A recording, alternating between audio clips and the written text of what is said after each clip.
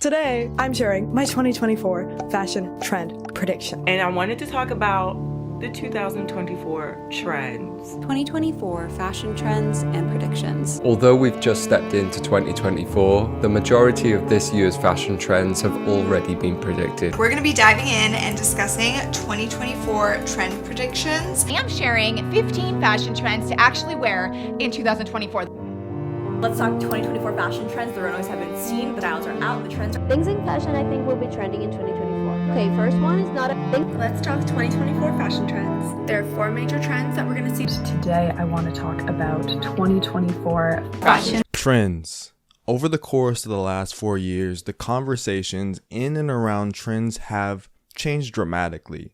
Want me to prove it? Using data pulled from Google search trends, I was able to identify new terms that were brought about through the expansion of speech vernacular. Terms such as cottagecore, coastal grandma, dark academia, and my personal favorite, gorpcore. These terms, as you can see through the data on this charts, were essentially unused up until the year 2020. But in 2024, these aesthetics and these phrases dominate our rhetoric around what we consider to be trendy and how we talk about trends in the modern context. And in my opinion, they mark an ongoing shift taking place within fashion. For today's video, we're going to attempt to answer one simple question. Why are we all obsessed with trends? For those of you who don't know me, my name is Drew. What to do? It's nice to meet you. Let's talk about fashion trends. Real quick, I want this video to be a conversation. So if you have any thoughts, remarks, questions, anything that comes into your brain that you might kind of think that you want to put down in the comment section, put it down in the comment section. I look forward to reading your thoughts. What are fashion trends? How do we define them? Well, one of the most interesting ways I've heard fashion trends described as is fashion trends and style are a form of social language. Essentially, a new trend is the demarcation of a large group of people consuming, dressing, and or styling themselves in a similar manner. If we look at the newly coined term, the mob wife aesthetic. So the mob wife aesthetic has completely skyrocketed online this weekend, like up 500% when looking at Pinterest searches. And the more casual version of this aesthetic involves animal print, leather, but always big hair and long nails. And the more glam version involves crazy glam, massive fur coats, and jewelry, all with odds to the 1980s. And I'll put more data points as well as why I think this aesthetic is trending in the caption below. The mob wife aesthetic is a real-time example of new social language being birthed out of the beginning of a potential new trend.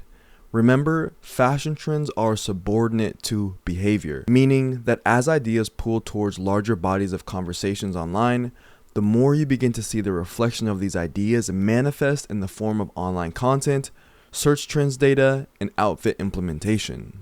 You see exactly what we're talking about when describing the facets of a fashion trend. Trends are subordinate to behavior, which includes social media use, purchasing decisions, and pattern recognition. And I think pattern recognition is a very interesting component to the equation. We'll touch on pattern recognition later on in this video. All right, let's try to dig deeper on why we're obsessed with trends now that we know what trends are and how we kind of define them. Most of us try to understand the fashion world through 2 primary ways. The first primary way is through our physical environment, meaning that every time you step outside your home, go to the grocery store, go to class, or more significantly, go to work, you are subconsciously paying attention to the attire of the people, the peers, the friends, the enemies in your life. What we see in our communities generates a narrative for us about what is trending and what is not trending. What's popular in fashion? What are these people wearing? What are those people wearing?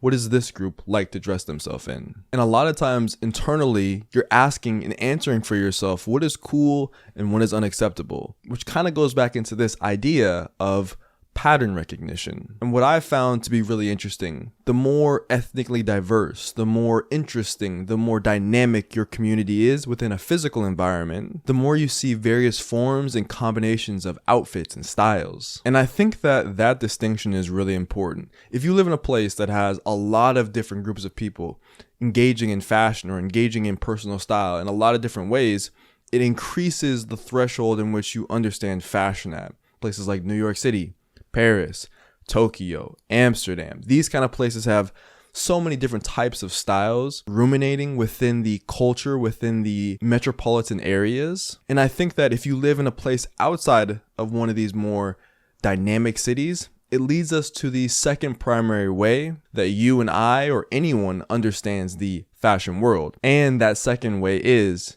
you probably could guess it, social media. For as much hate as we give social media, one of the most amazing things about it is how it's totally changed and revolutionized the way we interact with media, and especially fashion media. The easiest example I can give you is this video. You are literally watching a video about social media on a social media platform in which I pulled references and reference images of other media from social media. This entire process of you and I engaging has everything to do with the power of social media and the dynamics of social media. That was a mouthful. Social media to me is the dominant way in which ideas spread, which subsequently means that social media is also the dominant way in which trends spread across the globe. I don't think you can fully try to understand or explain fashion trends in 2024 without also understanding the dominant force that pushes trends out to the populace, which is social media. So I ask myself and you again, what are fashion trends?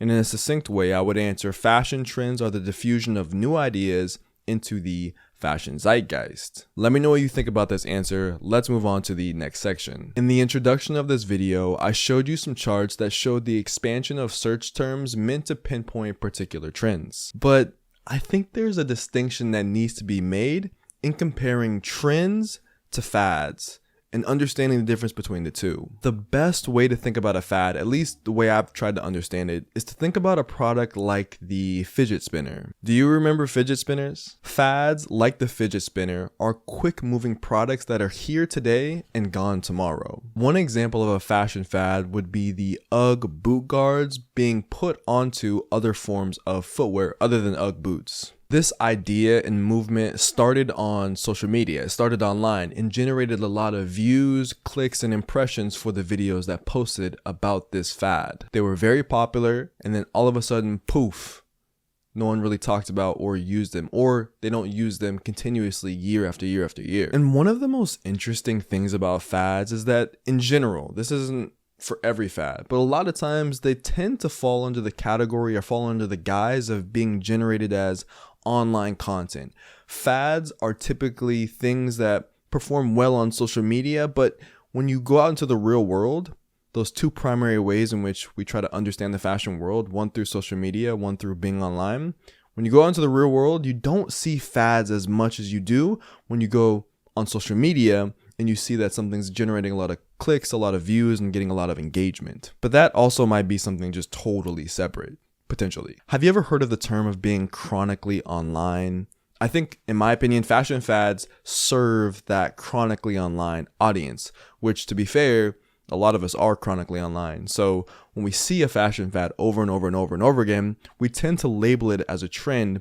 But in reality, I think that there's a distinction between those 3-4 year trends that are taking place, like something like the silhouette of pants versus something like UGG boot guards. Also, nobody, including myself, has a definitive line that can denote whether or not a particular product, a particular behavior, or a particular item is a trend or a fad in real time. That is impossible to do. Only time will tell whether or not something is either trending long term or is just another short-term fad. But I think it's incredibly important to recognize the difference between the two. Fads exist alongside of trends, but they aren't the same thing. And it's hard to recognize whether or not one is a trend and one is a fad. And so sometimes you'll get people who say that, no, this isn't a trend, this is a micro trend, or this is a niche trend, or this is some other descriptive identifying words that try to pinpoint that there's a difference between this trend and this, or this fad and this trend, or potentially this fad over here. Hopefully that makes sense. Another example I feel really confident to say that is a fashion trend taking place in the fashion industry is the movement to wearing and experiencing more mules and clogs in footwear. I could even overarchingly say that the trend has been that people have been wearing less sneakers and that just more dynamic types of footwear have entered into the footwear fashion marketplace. And the reason why I call that a trend is because it's been happening over the last 1, 2, 3, 4, 5 years. You can see the expansion of footwear being showcased not only online but in real life, and I bet data would support that idea as well. I also think that something like a fad can exist within a trend. Let me explain. For example, bows and ribbons have been really popular motifs within fashion right now. You see bows as accessories in hair, you see them on different items of clothing, you see them in so many different variations. And with all of these variations of bows and ribbons, you're gonna have some variations that I perceive, at least in my opinion, the way I'm thinking about this is something that's a bit more faddy, that feels more like a fad. And one of the examples of this is trying to orientate your scarf in such a way that it makes a bow or a ribbon. From a social media standpoint, this type of styling generates tons of views because it's very interesting visually. But from a practicality, from an actual use case, from a how many people are actually doing this standpoint, it doesn't seem as trendy as a very aspect of the bow ribbon trend. Does that make sense? Like, it's almost like if there's categories, bows and ribbons are at the top. They are the trend, right? And then underneath there's this like family tree taking place. And on one of the branches of the family tree is this idea of taking a scarf and creating such an orientation that it looks like a ribbon around the neckline. That to me feels like a fad. While really cool, it's a deviation from the main trend. It's a fad within a trend. Fads, trends. Let's continue. Let's get a word in for today's sponsor, Squarespace. Are you interested in making your very own website for a brand or creative project? Squarespace offers a comprehensive amount of features to help you create the website that you've always wanted. If you want to sell your products direct to consumer, or if you want to showcase your body of work, Squarespace makes it easy to do that and more. Currently, I'm using my Squarespace website as a hub for all of my content and as a way to direct those interested to my podcast and social media. If you need a design to help nudge you into creating your first website, this is your sign. Visit squarespace.com/DrewJoyner for 10% off your first purchase of a website or domain. Remember when I said we were going to talk about pattern recognition? Well, here we go. I think the key ingredient to why we're all obsessed with fashion trends comes down to understanding human behavioral science. Right now, I'm reading a book called Ways of Seeing by John Berger.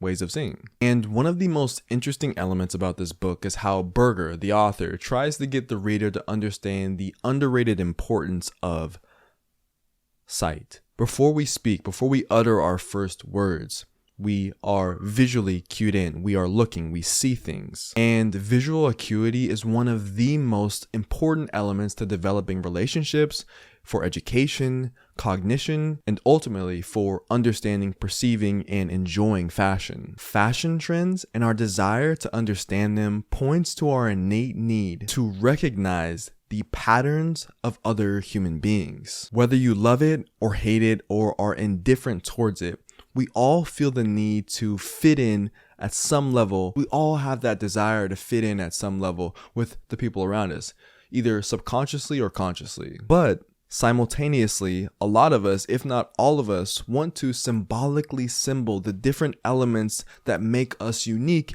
as human beings, especially when we're looking at things in a modern, very thought out, very future forward context, if that makes sense, in a very modern context. That humanity that we're trying to signal to other people includes things such as ethnicity, socioeconomic class, creed, hierarchy, and a deluge of other different signals. The reason why we're all so keen on understanding fashion trends is because we want to know what the important signals are for the groups of people we associate with. This takes place both inside the fashion world and outside. From hairstyle trends, home decor trends, food trends, entertainment trends, how we live our lives, and the ability to recognize how others live their lives creates this really interesting global synchronicity. And this synchronicity can be exemplified by the impact on the people who subscribe to similar forms of content on social media. Now, there will always be cultural differences that social media can't overcome. But even within cultures, the ability to recognize patterns, to recognize the decisions, the behaviors, the clothes, the trends that are taking place is a form of social language and is a form of social hierarchy and is a form of social currency. What do you think? Do you think that you care about trends because intrinsically you want to dress like the people you perceive as peers in your life? Or if not the peers in your life, you want to dress like the people that you perceive as cool, that you watch or follow or subscribe to on social media? Why are you obsessed with trends? This is my idea about why. Let me know your thoughts down in the comments. All right, this leads us to the final section of this video, which is truly trying to answer the question why we're all obsessed with fashion trends. I have two ideas about this. In addition to everything I said, I think one of the main reasons that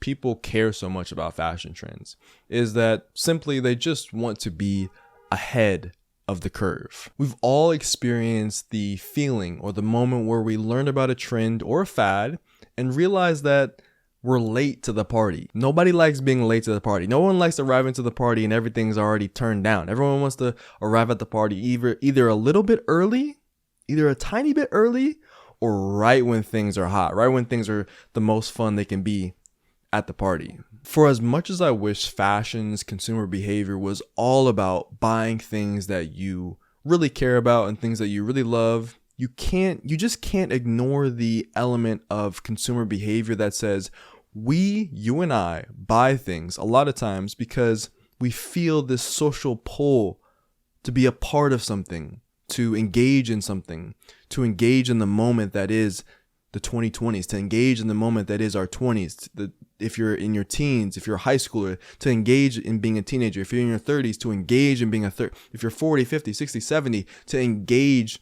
in whatever your peers are engaging in. We all feel that pull. And I think it's safe to say, and maybe I'm wrong about this, but all of us have bought something that we thought was either cool or trendy and regretted it. And you especially regret it when a month later, the item or the thing that you coveted you valued so preciously is no longer trendy anymore. You feel like, damn, I just wasted my money. For a lot of people, wasting your money just isn't an option. You can't afford to waste your money. Like I know I can't afford to just waste my money. Also, I think being ahead of the curve helps you generate something that I talked about just very small amount earlier, which is it helps you generate social capital. But what is social capital? Social capital is, in layman's terms, clout. It's a way that you can signal to your peers that you are that you have a level of social status because of you understand these like very minute social cues. If you're recognized as someone who is an early adopter in the diffusion of a new fashion idea that's really innovative, that's really fun within the fashion world, a lot of times you receive social praise for that because you're a part of a group of people who believed in something before it was cool. There's just a level of cachet involved with being an early adopter to a trend that doesn't exist on the back end, being a late adopter to a trend. If you're a late adopter, a lot of times you're perceived as a follower, which there's nothing intrinsically wrong with that. We've all followed trends. We all follow trends, but there's value in being early. Just like, when you're talking to your friends and you ask them if they've heard about a particular artist. Let's say like, oh, have you heard about Daniel Caesar? Something like that. Have you heard about Men I Trust?